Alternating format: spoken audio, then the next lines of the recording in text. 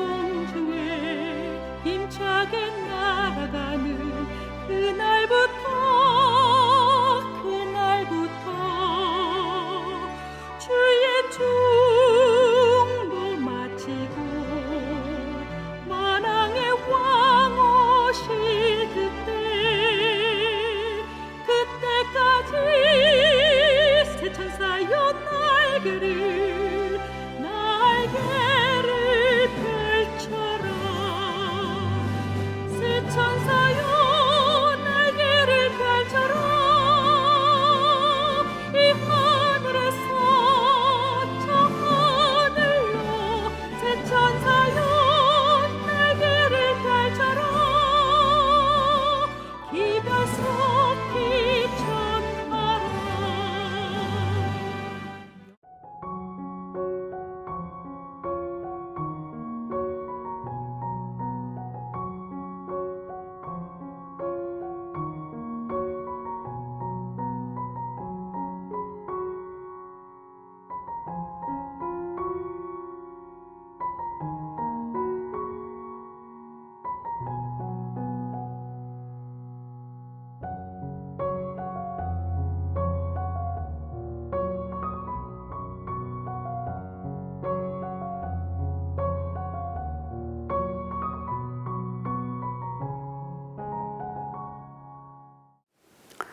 안녕하세요.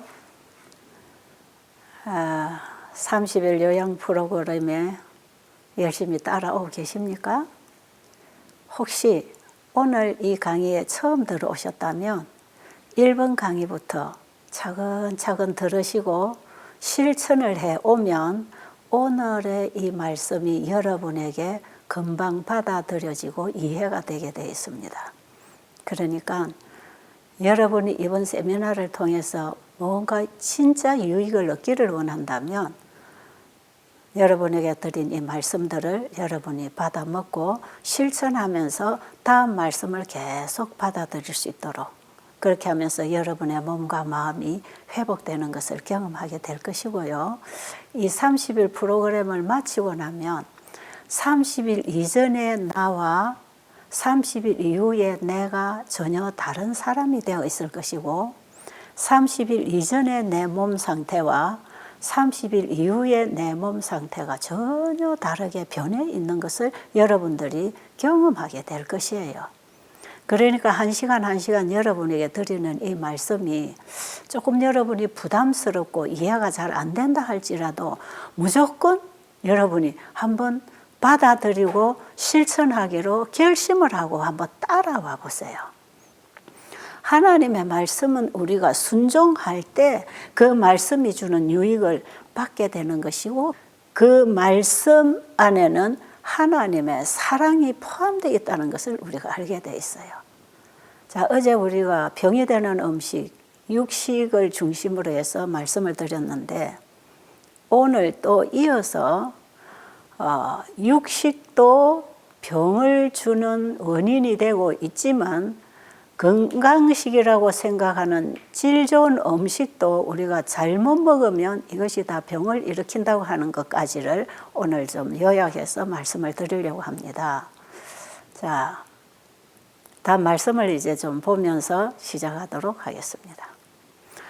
이 말씀은 오늘날 우리 시대에 그대로 우리가 몸으로 경험하고 볼 수 있는 그 얘기들을 지금 적어 놓은 것이니까 절대로 이 시대를 살아가는 나하고 별개라고 생각하지 마시고 바로 나에게 주시는 하나님의 메시지로 받으시면 좋을 것 같습니다.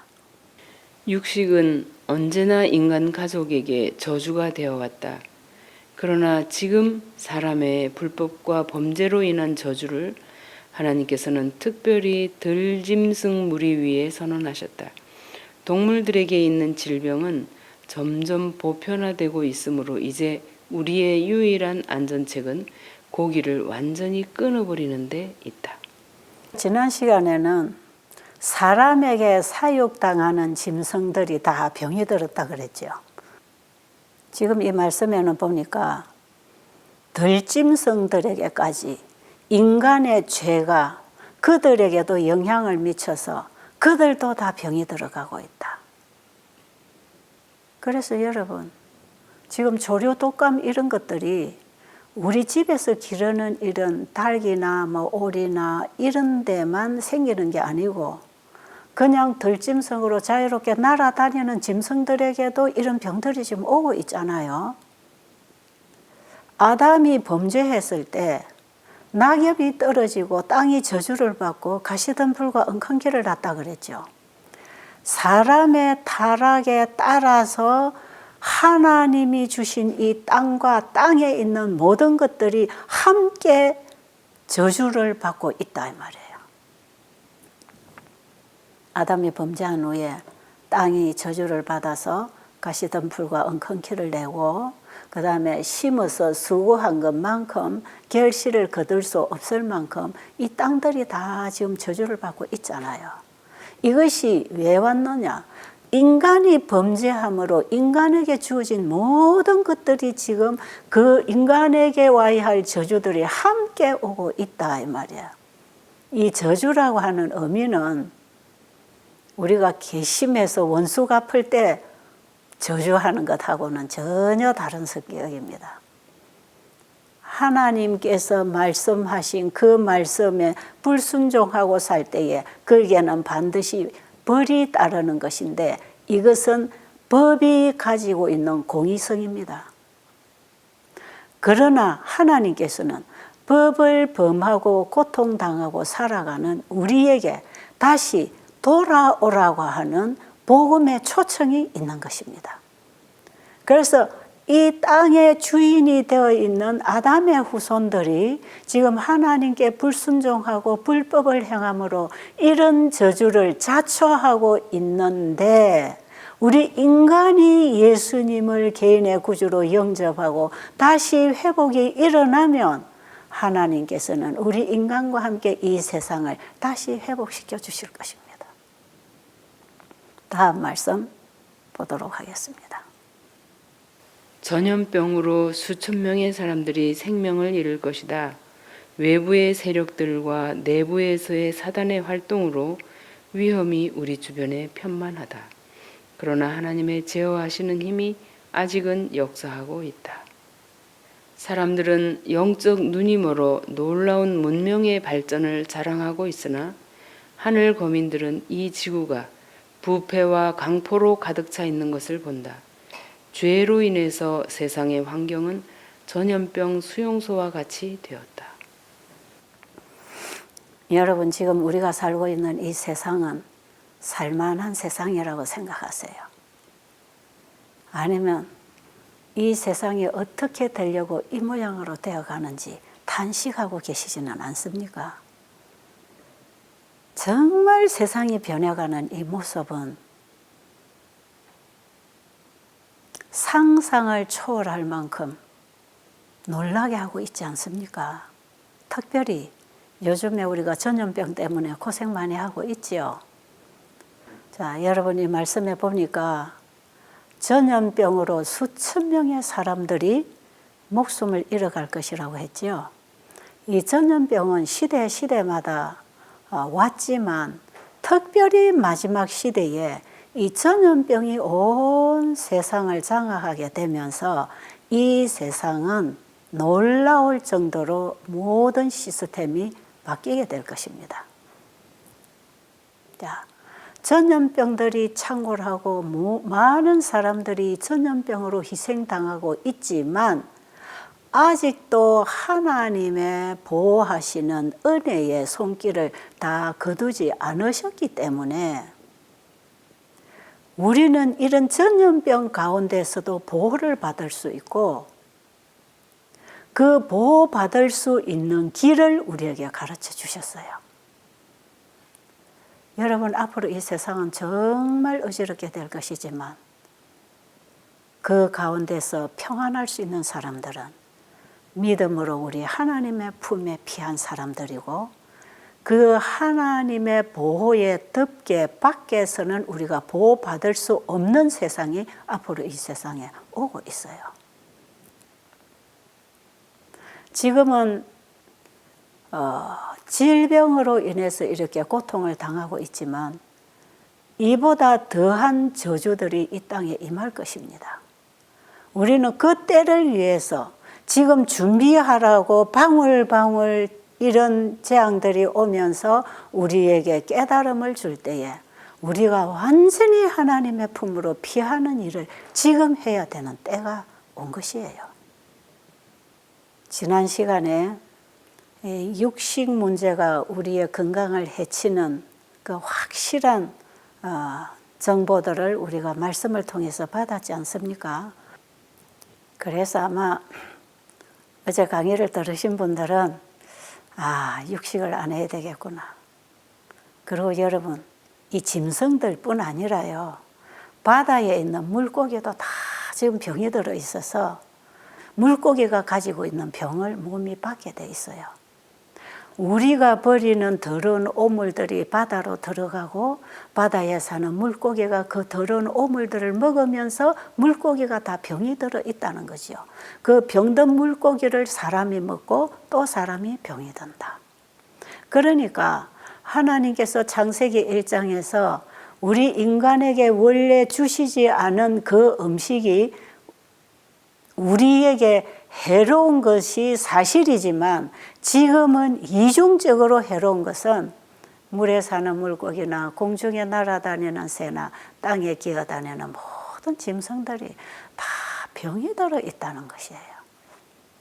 그러니까 여러분이 이런 육식들을 할 때에 내 몸에 병의 씨를 심고 있다고 생각해야 되고, 병이 생길 수 있는 씨가 들어가면 병이 나오는 것은 자연의 법칙이기 때문에 우리는 우리의 피 속에 질병의 씨를 넣으면 안 된다 이 말이에요. 그래서 우리가 이 깨끗하게 하나님이 창세기 1장에서 주신 그 양식을 받고 돌아오는 일이 일어나야 되겠다. 자, 여기까지 여러분들이 좀 이제 생각을 정리하시고, 그 다음에 이제 제가 오늘 말씀드리고 싶은 것은 우리가 창세기 1장 29절에서 하나님이 먹으라고 하신 그 몸에 좋은 식물이라 할지라도 이것이 요리가 잘못되든지 우리의 먹는 방법이 잘못되면 이것도 역시 우리 몸에 병을 일으키는 원인이 되기 때문에 이제는 우리가 건강식을 하되 어떻게 요리해서 어떻게 먹어야 되는가를 좀 배워야 되겠죠. 자, 다음 말씀을 좀 보도록 하겠습니다. 건강개혁을 받아들인 자들은 모든 해로운 것을 버렸다. 그러나 그들이 이러한 것들을 버렸다고 해서 그들이 원하는 대로 잔뜩 먹어도 되는 것일까?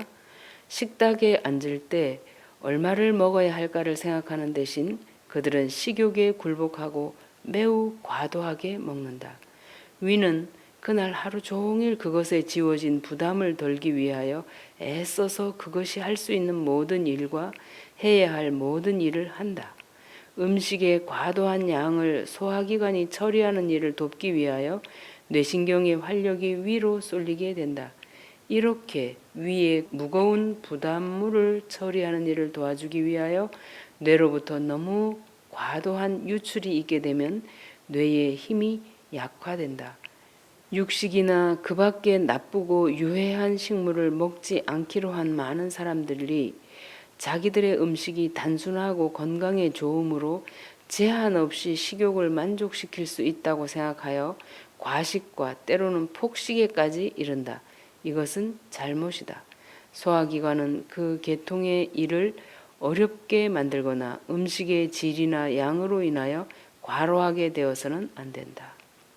지금 읽어드린 이 내용이 담겨있는 책을 혹시 여러분의 가정에 가지고 계신다면 이제부터 여러분들은 이 페이지를 찾아 들어가서 그 주변에 있는 내용 전후를 다 좀 읽으세요. 이 시간에 어찌 많은 내용을 다 읽고 전달하겠습니까?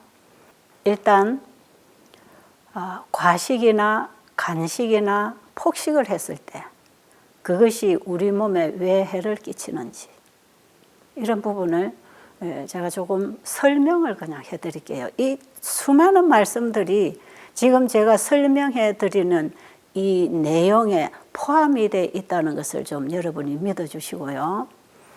제가 이번에 여러분에 드린 이 교재도 여러분들이 좀 꼼꼼히 읽어주시고요. 여러분, 어제 오늘 제가 이런 것도 먹지 말고 이렇게 먹지 말고 얘기를 자꾸 하니까 그러면 여러분 속으로 그럼 뭐 먹고 사노? 아마 그럴 수 있을 거예요. 이제 내일부터 제가 뭘 먹고 살아야 되는지 어떻게 먹고 살아야 되는지 이제 먹는 걸 얘기해 드릴 테니까 조금 더 인내하시고 기다려 주시면 좋을 것 같아요. 지금 읽어드린 말씀 속에서 과식이나 폭식이 결국은 위에 부담을 주고 위에 부담을 주게 되면 뇌에 있는 혈류를 위로 끌어당기게 돼 있고 뿐만 아니라 우리 사지에 있는 활력도 피가 위로 전부 쏠리게 돼 있어요. 그래서 위장 안에 음식이 많이 들어가면 머리에 있는 그 몸에 있는 피들이 위장으로 쏠립니다. 왜 그럴까요? 왜 그럴까요? 지난 시간에 한번 제가 이런 말씀 드렸죠. 우리 몸은 한 집 가족이라고요. 하나라고요. 어느 기관에 문제가 생기면 몸 전체가 그쪽을 가서 도와줍니다. 그래서 몸에 생긴 문제는 몸이 해결할 것이기 때문에 몸이 그 일을 하도록 기회를 주고 그 일을 할 수 있는 조건을 갖추어주면 몸 안에서 이것을 다 처리하게 돼 있단 말이에요. 우리 몸은 서로 돕는 관계로 살아가고 있는 것이에요. 바로 우리 인체 안에서 서로 돕고 살아가는 하나의 가족이 사랑의 관계로 연결되어 있는 것처럼 온 우주가 그렇게 돼 있고 우리가 살아가는 이 인간 사회도 그렇게 살아가도록 되어 있는 것입니다. 우리의 몸 안에는 신비한 하나님의 새겨놓으신 법칙들이 지금도 서로 돕고 서로 함께 살아가고 있는 놀라운 과정이 이루어지고 있는 것이에요. 여러분 이거 경험하지 않습니까? 밥을 많이 먹고 나면 머리가 흐리멍텅하지요. 그리고 몸에 힘이 없지요. 일하기 싫지요. 말하기 싫지요. 움직이기 싫지요. 이걸 뭐라고 그러죠? 이것을 식곤증이라 그래요. 과식을 했을 때 나타나는 증상입니다. 그래서요, 배가 고플 때에 오히려 일의 능률이 오르는데 밥을 먹고 나면 일의 능률이 오르잖아요. 몸에도 그만큼 활력을 얻지 못하고 우리의 머리가 활동하는데도 그만한 활력을 얻지를 못해요. 왜? 우리 몸 한쪽에서 지금 과하게 재료를 받아서 일을 처리하지 않으면 안 되는 이런 문제가 생겼을 때는 몸 전체가 와서 다 덮기 때문에 그렇습니다. 그럴 때에 우리 몸에 노곤함이 생기고 기운이 빠지고 이렇게 할 때에 우리 몸의 면역력이 약해지게 돼 있죠. 그래서 이 과식을 하면 병이 낫지 않을 뿐 아니라 오히려 병을 얻게 돼 있어요. 제가 한 예를 좀 여러분에게 말씀드려 볼게요. 우리가 책만 읽고 나가면 그만 지나쳐 버릴 수 있지만 이 책에 기록된 한 말씀 한 말씀이 실제로 우리 몸에 끼치는 영향이 얼마나 지대한지를 우리가 알게 된다면 우리는 정신을 차리고 이 말씀을 보게 될 것이에요. 자, 제가 만난 환자가 서울에서 왔어요. 이하선 암이에요. 병원에서 수술을 하고 방사선을 받았습니다. 그리고 병원에서는 한 7, 8개월 지나고 나면 이 얼굴에 지금 이 마비된 부분들도 다 정상으로 돌아올 테니까 그냥 걱정 말라고. 그래서 이걸 방사선을 쪼인 이후에 이 얼굴들이 좀 틀어지고 근육이 마비가 됐어요. 그래서 이 사람이 웃으면 한쪽 얼굴은 미소가 같이 표정으로 따라가는데 한쪽은 그대로 움직이지 않아요. 이게 다 마비가 되어 있는 것이에요. 근데 이분이 자기가 개인 사업을 하는 여인인데 그 얼굴을 내놓고 손님을 만나는 게 얼마나 힘들었겠어요. 그런데 한 7, 8개월 지나고 나면 이게 좋아진다고 하니까 참을 수 있었겠죠. 9개월쯤 지났을 때 이게 뭐 조그마한 게 하나 나오더니 이게 며칠 만에 이게 싹 커버렸어요. 방울토마토 알맹이만 한 개 툭 붉어졌어요. 그래서 이제 놀래서 병원을 가보니까 병원에 의사 하는 말이 재발입니다. 그러더라는 거예요. 그런데 밖으로 이렇게 큰 게 돌출되었다면 안에는 얼마나 더 컸는지 이번에는 수술이 될지 안 될지 모르겠습니다. 그러더라는 거예요. 여러분, 이 환자에게 이게 얼마나 충격적이겠어요. 그런데 의사들은 예사롭게 그 말을 하고 또 그렇게 될 것까지도 예상을 하면서 일을 하고 있다는 것이 얼마나 놀랍습니까? 그래갖고 이 여인이 거기에서 너무 큰 충격을 받았어요. 아, 그렇다면 이건 치료되는 게 아니구나. 그래가지고 이분이 병원에서 뛰쳐나와서 그 재발되기 전에 제가 서울에서 건강 세미나를 했었는데 그때에 이 여인이 거기 와서 참여를 했더라는 것입니다. 아, 내가 진작에 저걸 알았더라면 이렇게 수술 고생을 안 하고 이 자연 치료를 받았을 것인데 참 후회스럽더라는 거예요. 그러나 이미 자기는 이제 이것이 회복될 것을 기대하고 있었기 때문에 별 문제 삼지 않았다고 하는 거예요. 그런데 이런 결과를 받고 갈 곳이 하나 생겼더라는 거죠. 그래서 우리 수양원으로 이분이 바로 짐 싸가지고 온 거예요. 그래서 이 여인을 보니까 상당히 체력도 있고 기본적으로 몸이 튼튼한 분이에요. 나중에 알고 보니까 이분이 많은 스트레스를 받고 이런 병이 생긴 것이에요. 그런데 9일 동안을 과일식을 했어요. 9일을 과일 금식을 하고 그 다음에 이제 건강식을 회복식을 해 나가는데 이게 점점 좋아져요.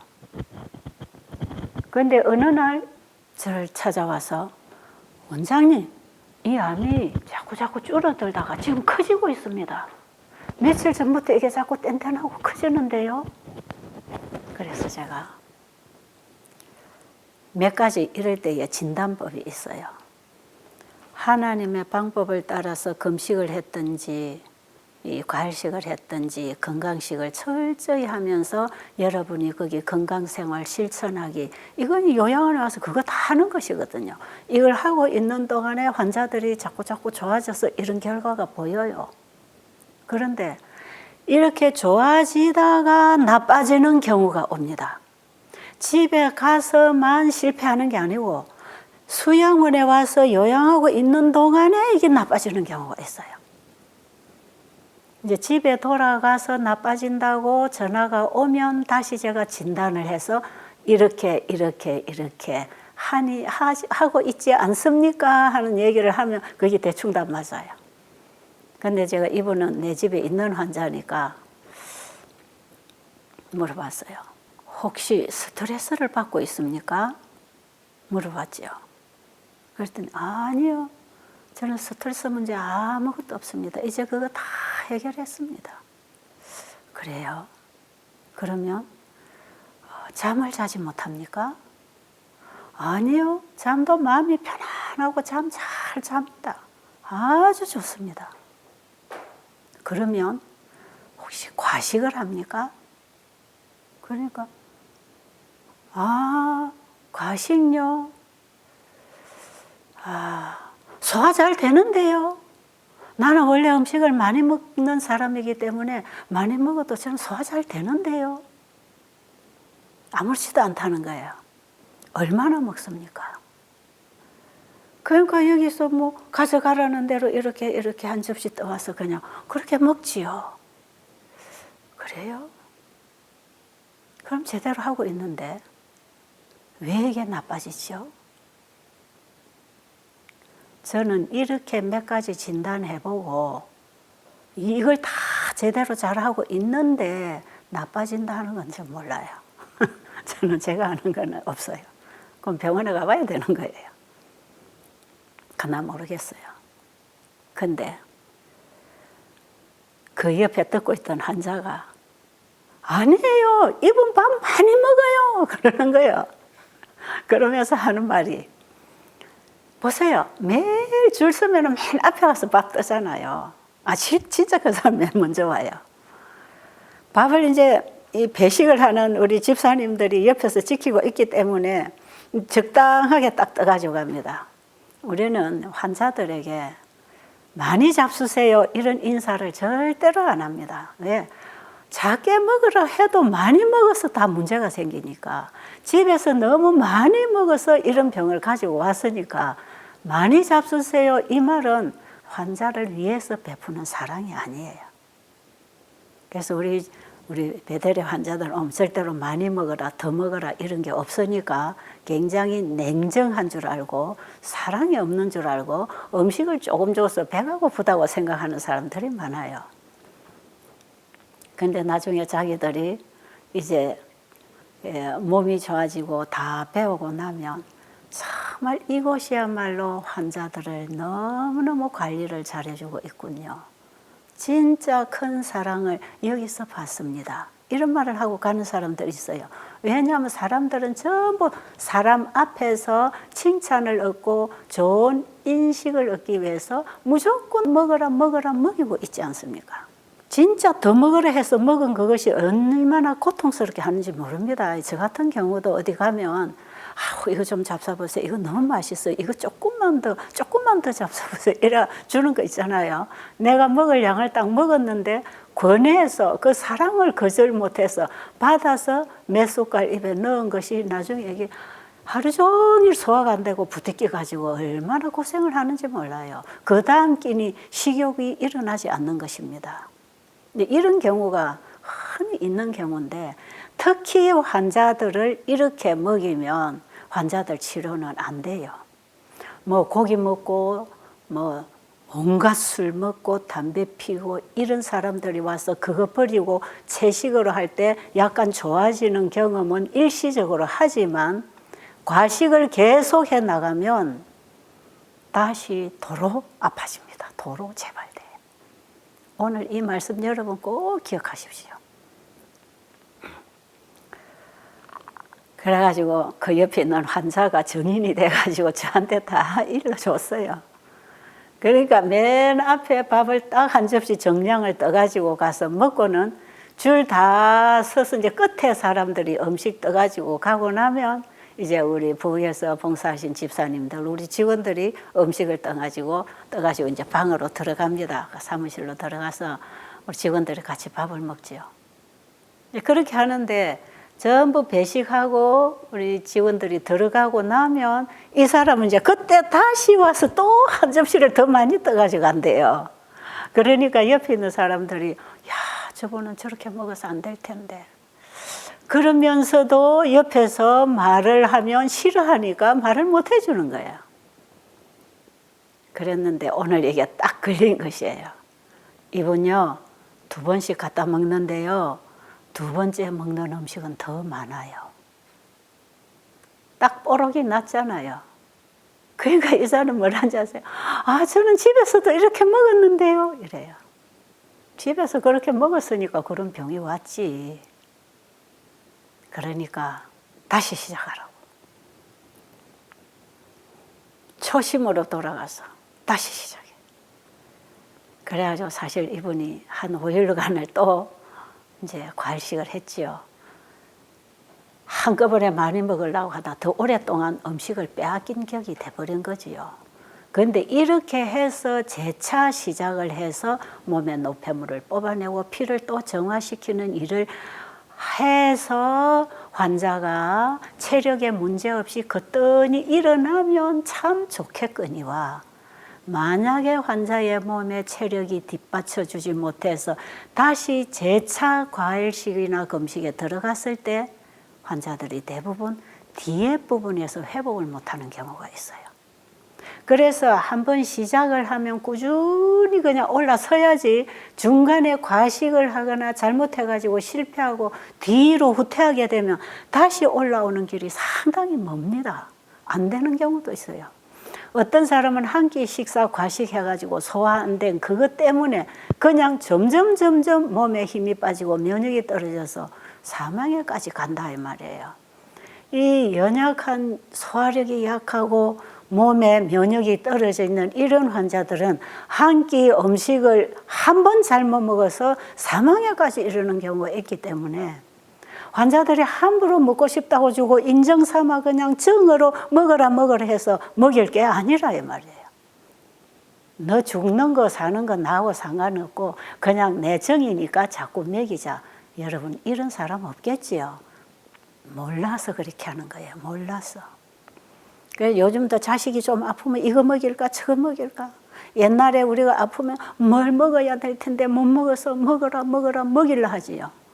옛날에 우리 어린 시절에 60년대 그럴 때에는 배가 고파서 영양이 부족해서 죽어가는 사람들이 참 많았지만 요즘의 환자들은 다 너무 많이 먹어서 병이 왔기 때문에 많이 먹은 것을 일단은 중단을 시키고 몸에 쌓여있는 노폐물을 뽑아내줄 때 몸은 자연치료를 하기 시작하는 것이고 거기에 적당한 음식을 넣어줌으로 몸이 이제는 들어오는 양식을 받아서 일을 할 수 있는 것이기 때문에 이 금식 과일식 이후에 노폐물 뽑아내고 난 다음에 음식을 제대로 공급을 해주는 것이 참 중요합니다.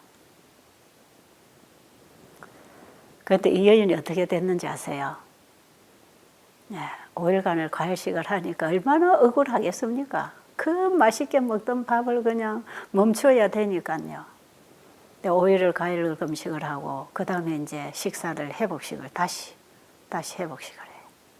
그래가지고 이제 거의 한 달이 넘고 2달 가깝게 됐어요. 이렇게 해서 회복식을 하고 절제식을 하는 동안에 이 암이 줄어들기 시작하고 그때 피부 부분이 거무스름하게 이렇게 변하면서 이렇게 쪼글쪼글하게 줄어들기 시작하더니 어느 날 머리를 감고 이렇게 머리를 닦다가 수건이 여기 걸려가지고 이 얇은 살 가죽이 떨어지면서 여기서 진물이 나기 시작했어요. 그러면서 거기 피고름 같은 게 쭉쭉쭉 이렇게 빠져나와요. 그리고는 얼마 가니까 이것이 점점 빠져들어가고 이 바깥으로 돌출된 부위가 없어지더니 안에서 맑은 물이 조금씩 나올 때가 2달이 지난 후입니다. 그리고 자기 집으로 돌아갔어요. 집에 돌아가서 한 15일쯤 있으니까 이게 딱 아물어졌어요. 이 터진 암이 아물어진다 하는 것은 안에 암세포가 다 파괴돼 죽고 없어지고 새살이 돋아나서 새로운 정상세포가 만들어졌다 이 말이에요. 이 자연치료할 때는 이게 참 재미있어요. 암이 점점 줄어들고 터져 나가도 그 밑에 정상세포가 살아서 그 자리를 메꾸게 되면서 그 자리가 교차가 되는 것이에요. 매끈하게 딱 막혔다는 거예요. 그래서 병원에 가서 다시 검사를 했어요. 그랬더니 의사가 뭐라 했을까요?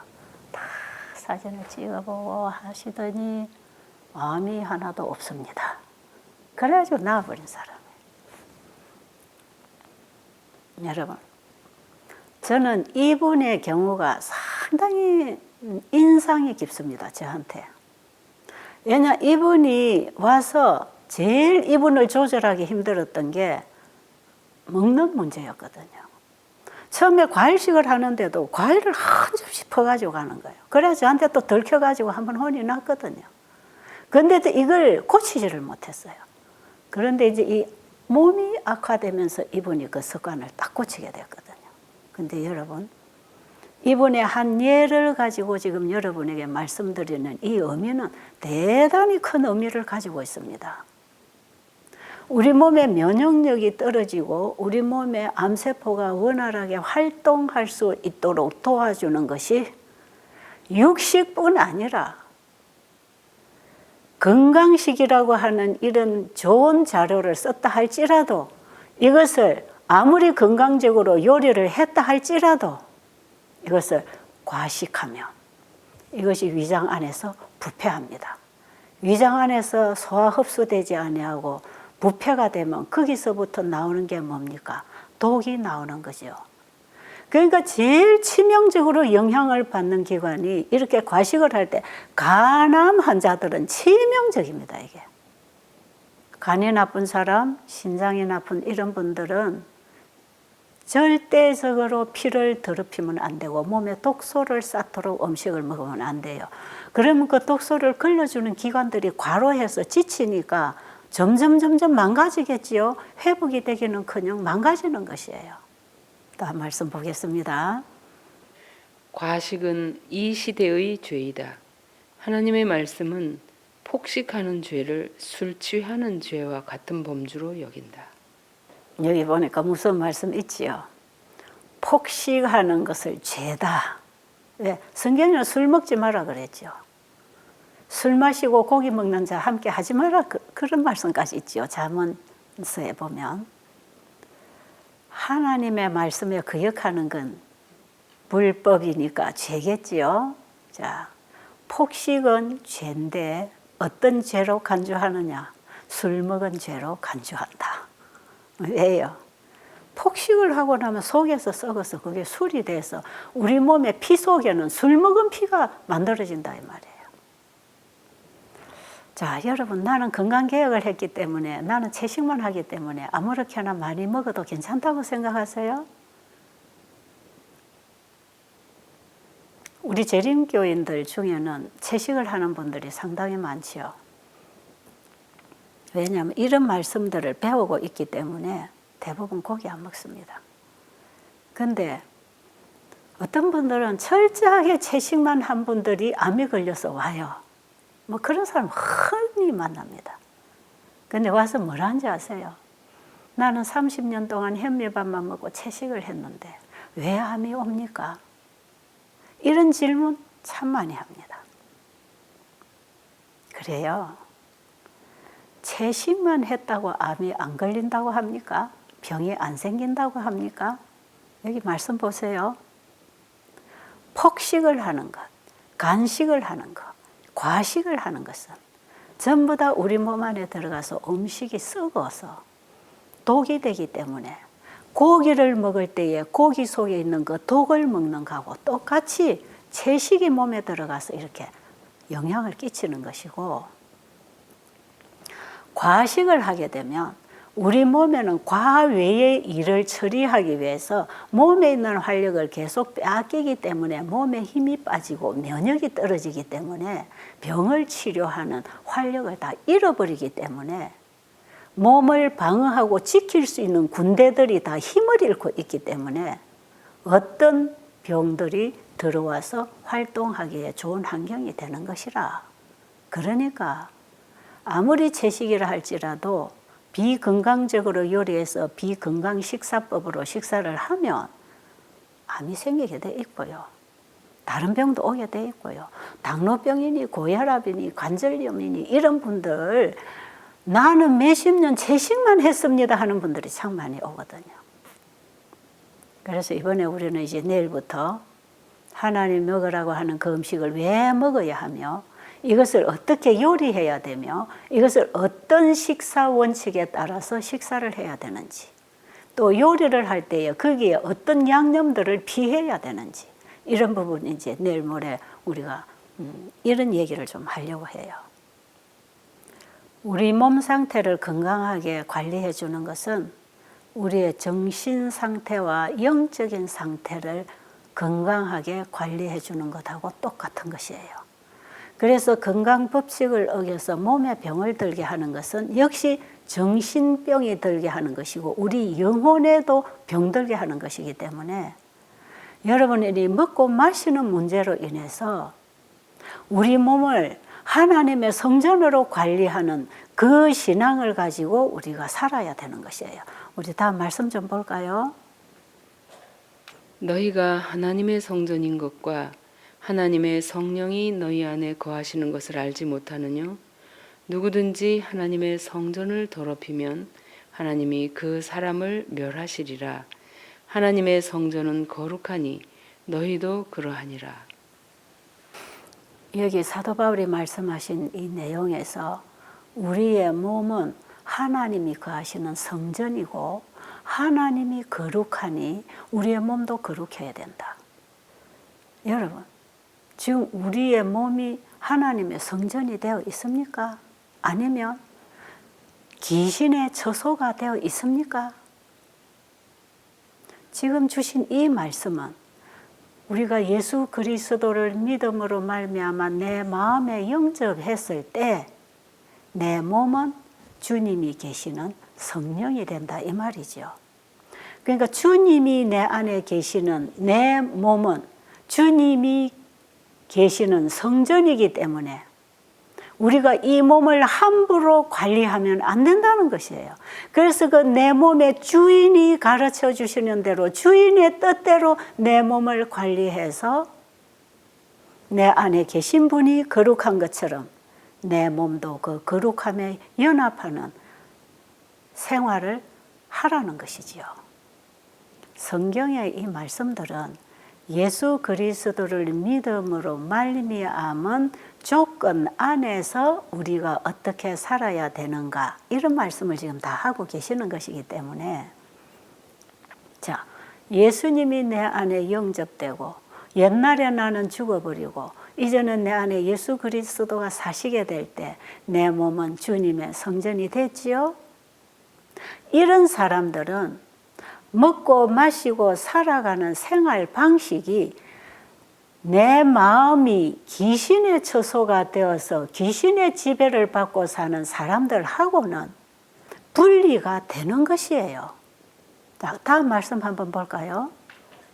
우리의 먹고 마시는 습관은 우리가 세상에 속해 있는지 혹은 주님께서 그분의 강한 진리의 검으로 세상과 분리시켜 놓은 무리에 속하는지를 분명히 나타낸다. 참 분명하게 말씀하셨네요. 우리가 먹고 마시고 살아가는 이것은 하나님이 주신 진리가 내 안에 들어와서 세상으로부터 나를 분리시켜서 진리 안에서 배우고 살아가는 삶을 살아가고 있는가 할 때에 우리는 밥상에서부터 변화가 일어나는 것이에요. 그래서 하나님 믿는 백성들이 먹고 사는 음식하고 저 세상에 하나님 모르는 사람들, 이방 종교인들이 살아가면서 먹고 사는 음식하고는 구별이 된다 이 말이에요. 왜? 그들의 마음에 임하신 주인이 우리의 식욕과 우리의 생각과 우리의 마음과 행동을 지배해서 우리를 가르치고 인도해 가실 것이기 때문에 사람의 마음에 사탄의 처소가 되어서 사탄의 가르침과 사탄이 주는 생각과 죄의 성질대로 세상의 죄악을 따라 살아가는 그들하고는 완전히 분리가 되는 것이에요. 다음 말씀 보겠습니다. 사탄이 식욕을 지배할 수 있게 되면 그는 인간 전체를 지배할 수 있다. 무슨 말씀이죠? 사탄은 우리를 지배하기 위해서 우리의 식욕을 지배하고 있다는 거죠. 그러니까 시대마다 죄의 잔이 차서 심판을 받게 된 그 시대를 보면 먹고 마시고 시집가고 장가가고 식욕의 방종, 도덕의 타락 이것이 항상 따라왔지요. 지금은 어떻습니까? 요즘에는 뭐 텔레비 보면은 뭐 인터넷이고 보면 먹방 이런 게 유행이라대요. 제가 그런 걸 잘 안 보니까 저는 잘 모르겠지만 요즘은 뭐 텔레비를 보든 뭘 보든 그냥 막 먹는 얘기예요. 막. 그래서 요즘은 걸핏하면 밥 먹으러 가자. 내 밥 사줄게. 그런 인사 참 잘하지요. 우리는 마치 먹기 위해서 태어난 사람처럼 얼마나 좋은 식당, 좋은 음식, 고급 음식을 찾아다니면서 호화스러운 식당에 가서 앉아 먹으면 자기가 좀 된 사람처럼 생각할 수 있을 만큼 이 먹는 음식에 얼마나 자존심을 걸고 찾아다니는지 모릅니다. 여러분, 이거 다 누가 한다고요? 내 안에 귀신의 처소가 되어 있을 때 먹고 마시는 이 문제가 얼마나 심각한지 모르고 식욕에 방종하고 따라가다가 보면 결국은 그 온 영혼이 사단에게 사로잡히게 된다 이 말이에요. 참 놀라운 얘기죠. 참 예민한 부분들입니다. 이거. 여러분 특히 여러분들이 식사 초대를 받을 때 참 주의해야 될 말씀을 성경에 기록을 해 두셨어요. 우리 잠언 23장 1절부터 있는 말씀 보겠습니다. 내가 관원과 함께 앉아 음식을 먹게 되거든 삼가 내 앞에 있는 자가 누구인지 생각하며 내가 만일 탐식자여든 내 목에 칼을 둘 것이니라. 그 진찬을 탐하지 말라. 그것은 간사하게 베푼 식물이니라. 간사하게 베푼 음식이랍니다. 저는 성경에서 이런 말씀이 있는 거 보고 정말 놀랐어요. 아무리 몸에 좋은 음식, 질 좋은 음식이라 할지라도 특별히 환자들에게 음식을 먹일 때에 이런 간사한 마음으로 환자들에게 음식을 차려주지 말라 이 말이에요. 악한 눈이 있는 자의 음식을 먹지 말며 그 진찬을 탐하지 말지어다. 대저 그 마음의 생각이 어떠하면 그 위인도 그러한즉 그가 너더러 먹고 마시라 할지라도 그 마음은 너와 함께 하지 아니함이라. 내가 조금 먹은 것도 토하겠고 내 아름다운 말도 헛된 대로 돌아가리라. 악한 눈이 있는 자의 음식을 먹지 말라. 이런 부분 여러분 좀 깊이 생각하시면서 20절에 있는 말씀 한 절 더 보겠습니다. 술을 즐겨하는 자와 고기를 탐하는 자로 더불어 사귀지 말라. 술 친구, 고기 좋아하는 친구 사귀면 어떻게 되죠? 한 잔 먹자, 밥 사줄게 가자. 이런 사람들하고 친하게 사귀고 교제할수록 우리는 그런 음식을 접하게 될 것이고 이것을 한번 먹어가지고 살 사람이 죽을 수도 있다 이 말이죠. 몸에 병이 걸렸을 때는 이게 참 예민합니다. 그래서 어떤 사람은 몸이 잘 회복돼 가지고 집에 돌아가서 친구들 만나고 그냥 한 잔 먹고 외식하고 며칠 지나다 보면 다시 재발. 저는 뭐 이런 사람을 수없이 많이 봤기 때문에 제발 집에 돌아가면 여기서 배운 대로 실천을 하라고, 그리고 여기서 배우라고, 여기서 그때마다 강의도 듣고 밥하는 것도 보고 먹는 것도 배우고 배워서 집에 가서 그대로 실천할 때에 여러분들에게 끊임없이 도움이 되는 것입니다. 그걸 말하죠. 어떤 사람은 그래요. 이 음식을 언제까지 먹어야 됩니까? 하는 그런 질문을 가진 사람도 있는데 저는 그래요. 건강하고 싶어질 때까지 잡수세요. 그럼 나 병나도 이제 괜찮다 하면 이거 버리도 됩니다. 예, 그렇습니다. 그래서 이번에 제가 이 집에서 따라하는 이런 요양 프로그램을 해드리는 것은 일정 기간에 가서 배워와서 집에 와서 버리면 헛일이니까 여러분 가정에서부터 냉장고 청소부터 하고 자료부터 바꾸고 다 지금 바꾸어서 시작을 해보라 이 말이죠. 그래서 여러분의 가정에서 요양을 하면서 정상 생활을 할 수 있는 그 생활들을 지금 말씀드리고 있는 거니까 여러분이 정말 필요를 느낀다면 누구든지 하려고 할 것이지요. 예, 여러분에게 도움이 되기를 정말 바랍니다. 다음 말씀을 좀 더 볼까요? 지금 육식 문제에 대해서 반밖에 회개하지 않은 사람들 중에 많은 사람들이 장차 하나님의 백성에게서 떠나서 다시는 더 저들과 동행하지 않을 것이다. 여기에 지금 육식 문제에 있어서 절반만 개혁한 자들은 하나님의 백성으로부터 분리되어서 다시는 그들과 연합하지 못할 것이다. 이 말씀은 무슨 말씀일까요? 육식 문제에 있어서 절반만 개혁한 사람들이 어떤 사람들일까요? 저는 이걸 이렇게 이해합니다. 레위기 11장에 보면 하나님께서 이스라엘 민족들이 고기를 원할 때에 어떤 고기는 먹고 어떤 고기는 먹지 마라가 다 기록되어 있죠. 부정한 것과 정한 것 구별했지요. 창세기 9장 3절에도 보면 정결한 짐승 중에서 너희가 이렇게 해서 먹으라고 해주신 그런 정결하다고 구별된 고기와 부정하다고 구별된 고기들이 있지요. 예를 들면 소고기, 닭고기, 염소 풀 뜯어 먹고 쪽발이 갈라지고 이런 것들은 먹을 수 있지만 막 그렇지 않은 것들은 못 먹는다. 이런 거 이제 레위기 11장에 보면 다 정리가 돼 있어요. 제가 옛날에 처음에 우리 교회에 들어왔을 때 그 레위기 11장의 개혁을 했던 사람이에요. 그런데 지금에 와서 이제 이 건강기별을 오늘날 이 시대의 현대 기별로 주신 이 말씀을 깊이 연구하고 들어가 보니까 내가 레위기 11장에서 구별해서 먹고 있었던 그 식사는 절반만 개혁한 것이 되었구나 하는 것을 알게 됐고요. 창세기 1장 29절에 그 음식으로 바꿀 때 우리는 확실하게 하나님의 말씀으로 돌아가는 식생활의 개혁이 되는 것입니다.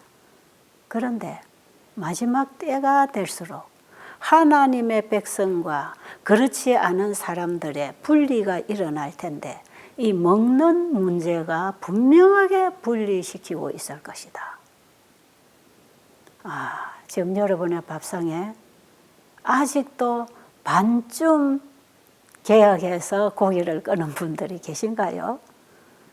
오늘 이 말씀에서 여러분의 신앙 양심으로 내가 어떻게 건강개혁을 해야 될 것인지 하나님께로부터 가르침을 받으시고 순종하게 되기를 간절히 바랍니다.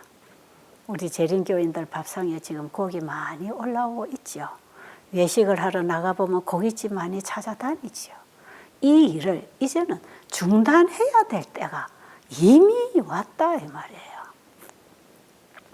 이 육식 문제에 있어서 반쯤만 개혁하고 가는 사람들, 그 소고기 먹으라 했고 거기 이런 염소 이런 건 괜찮아. 이거 레위기 11장에 먹으라고 했잖아. 이렇게 하면서 반쯤 개혁한 사람들은 100% 하나님의 말씀을 받고 하나님이 가시는 성전으로서 이 몸을 관리하면서 건강기별의 원칙에 순종하면서 주님을 따라 살아가는 이 사람들과는 나중에 분리된다는 거지요.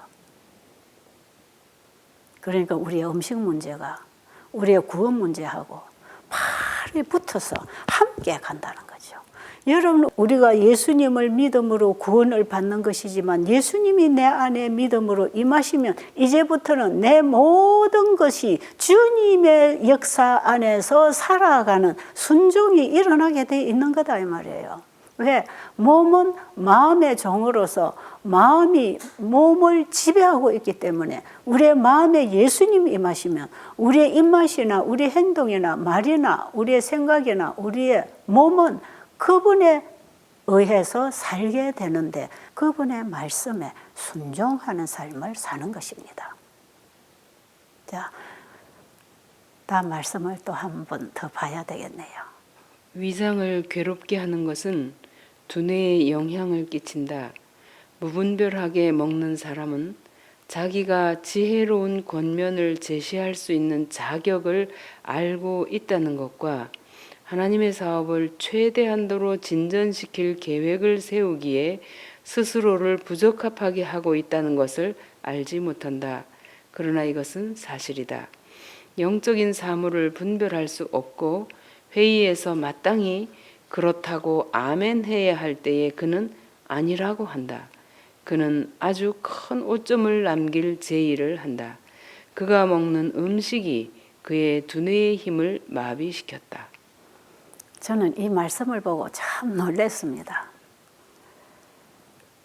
우리가 폭식이나 과식이나 음식을 잘못 먹게 됐을 때 우리의 두뇌가 흐려지고 분별력이 없어지고, 왜? 술 먹은 사람들이 분별력이 없잖아요. 그 무슨 죄를 지어놓고 저 사람 술 취해서 술 때문에 이런 핑계를 댈 수 있을 만큼 술이 우리의 뇌를 흐리게 하는 것이에요. 분별력을 흐트리는 것이에요. 그럼 우리가 과식을 하고 잘못 먹어서 우리 위장 안에서 음식이 부패되고 위에 음식이 가득 차서 이 음식을 소화시키기 위해서 뇌에 있는 활력이 위로 들어가서 이걸 도와줘야 되는 이런 과정에서 우리가 중요한 회의를 한다고 생각합시다. 정말 이것은 어떤 사회단체나 아니면 교회에서 지원회를 한다든지 이런 어떤 중요한 회의를 거쳐서 거기서 뭔가를 결정을 하고 안 하고의 중요한 결과가 생기는 이런 문제를 가지고 우리가 회의를 한다고 할 때, 특별히 우리 교회 안에서 직원회를 한다고 할 때, 선거위원회를 한다고 할 때, 최대한 우리는 우리의 몸이 성령의 통로로서 성령의 지도 아래서 성령의 일로서 하나님의 일이 이루어져야 하는데, 이 성령이 활동할 수 있는 통로를 다 둔하게 해서 막아버리고 정신을 어지럽게 하는 이런 정신으로 우리가 이런 회의석상에 가서 말을 한다든지 듣는다든지 할 때에 우리는 올바른 판단력을 가지고 일을 처리할 수 없게 될 것이라는 거죠. 그래서 여기 뭐라고 그랬죠? 어떤 의견이 나올 때 아멘, 네 좋습니다 이렇게 해야 되는데 아니요. 아니요. 그러고는 다른 제안을 한다 이 말이에요. 이런 중요한 일들을 다룰 때에 우리 위장 속에 어떤 음식이 들어가냐에 따라서 우리 머리가 그 영향을 받고 있다는 것이죠. 그리고 특별히 영적인 일을 하는 사람들, 과식하면 영이 막힙니다. 저도 평생 복음을 전하고 사는 사람이잖아요. 그렇기 때문에 음식을 제가 어떻게 먹을 때 내 이 머리의 상태가 어떻게 활동하는지 저는 이걸 너무 잘 알아요. 정말 저는 이걸 너무 많이 겪었어요. 어떤 때는요, 저 집회를 가면 거기서 식사를 대접하겠다고 식당으로 데리고 가잖아요. 물론 채식 식당으로 데리고 가겠지요. 그러면 어떤 때는 같이 가야 되는 그런 곤란한 경우가 있어서 가서 이제 점심을 먹었다. 저녁은 물론 이제 안 먹겠지만 저녁에 설교를 하려면. 근데 어떤 때는 가면 저녁 식사도 다 배정을 짜놓고 저녁 먹으러 가자고 하는 데도 있어요.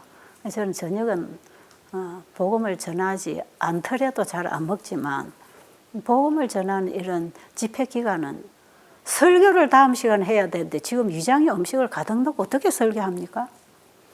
그런데 그것이요, 점심을 먹은 것이라 할지라도 그 점심이 과식이 되어서 저녁 식사 시간이 되어도 배가 안 고플 정도로 과식이 됐잖아요. 그러면요, 그날 저녁에 설교를 하면 이 머리가 허리멍텅해가지고 절대로 영감이 오지 않습니다. 그런 경우에는요, 제가 이 영적인 하나님의 진리를 증거할 수가 없어요. 행설수설하지요. 그래서 제가 나가서 이런 세미나 집회 준비됐을 때 외식을 절대로 안 한다. 그리고 과식은 절대로 안 한다. 소식을 해야 되죠. 그래서 위장 안에다가 어떤 음식을 얼마나 넣어놨느냐에 따라서 이 뇌에서 활동하는 능력이 저하되든지 상승하든지 여기에 바로 직결되어 있다 이 말이에요. 그러니까 배가 벌렁 나오고 많이 이것저것 먹고 고기도 먹고 뭐도 먹고 과식하고 잔치집에 가서 실컷 먹고 이래가지고 우리가 또 단에 서서 설교를 만약에 한다고 합시다. 그건 전부 육으로 하는 육으로. 지식적이고 육적이고 형식적이고, 그래서 영혼들의 가슴에 파고들지 못해서 울리는 꽹가리처럼 그냥 날아가 버리는 거지요. 하기는 하는데 본인에게도 은혜가 안 되고 듣는 사람에게도 은혜가 안 돼요. 만약에 제가 배가 부르고 좀 과식이 된 상태에서 내가 설교를 하면 나한테 일단은 은혜가 안 돼요.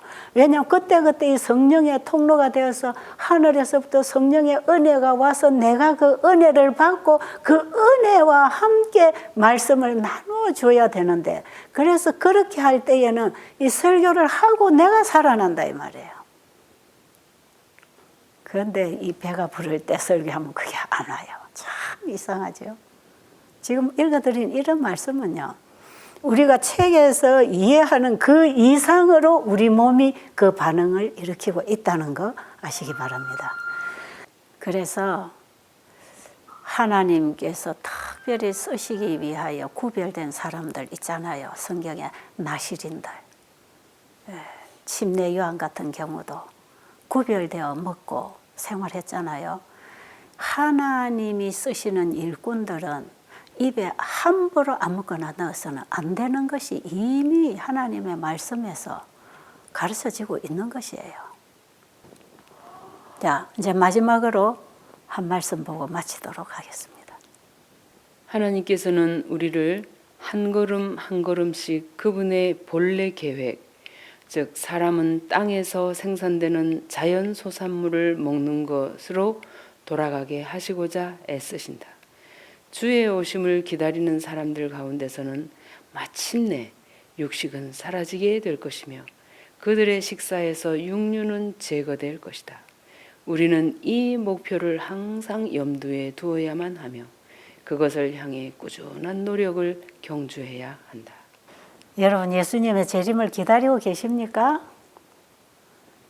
예수님의 재림을 기다리고 있는 재림 성도들의 밥상에는 고기가 보이지 않더라. 그런 말씀 기록되어 있지요. 오늘날 재림을 기다리는 우리 마지막 성도들의 밥상 위에 고기가 보이지 말아야 된다는 것이에요. 자, 오늘 여기까지 우리가 이제 고기에 대한 얘기들을 좀 나누고 과식에 대한 얘기를 좀 나누어서 이런 부분들이 우리 몸에만 병을 주는 것이 아니라 우리의 정신과 영혼에도 병적 상태를 일으키게 된다. 이런 부분들을 좀 진지하게 생각하셔서 오늘 당장 미루지 말고 이 말씀이 여러분 속에 들어오는 순간에 결정하시고 하나님께 도움을 구하시고 실천하게 되기를 간절히 바랍니다.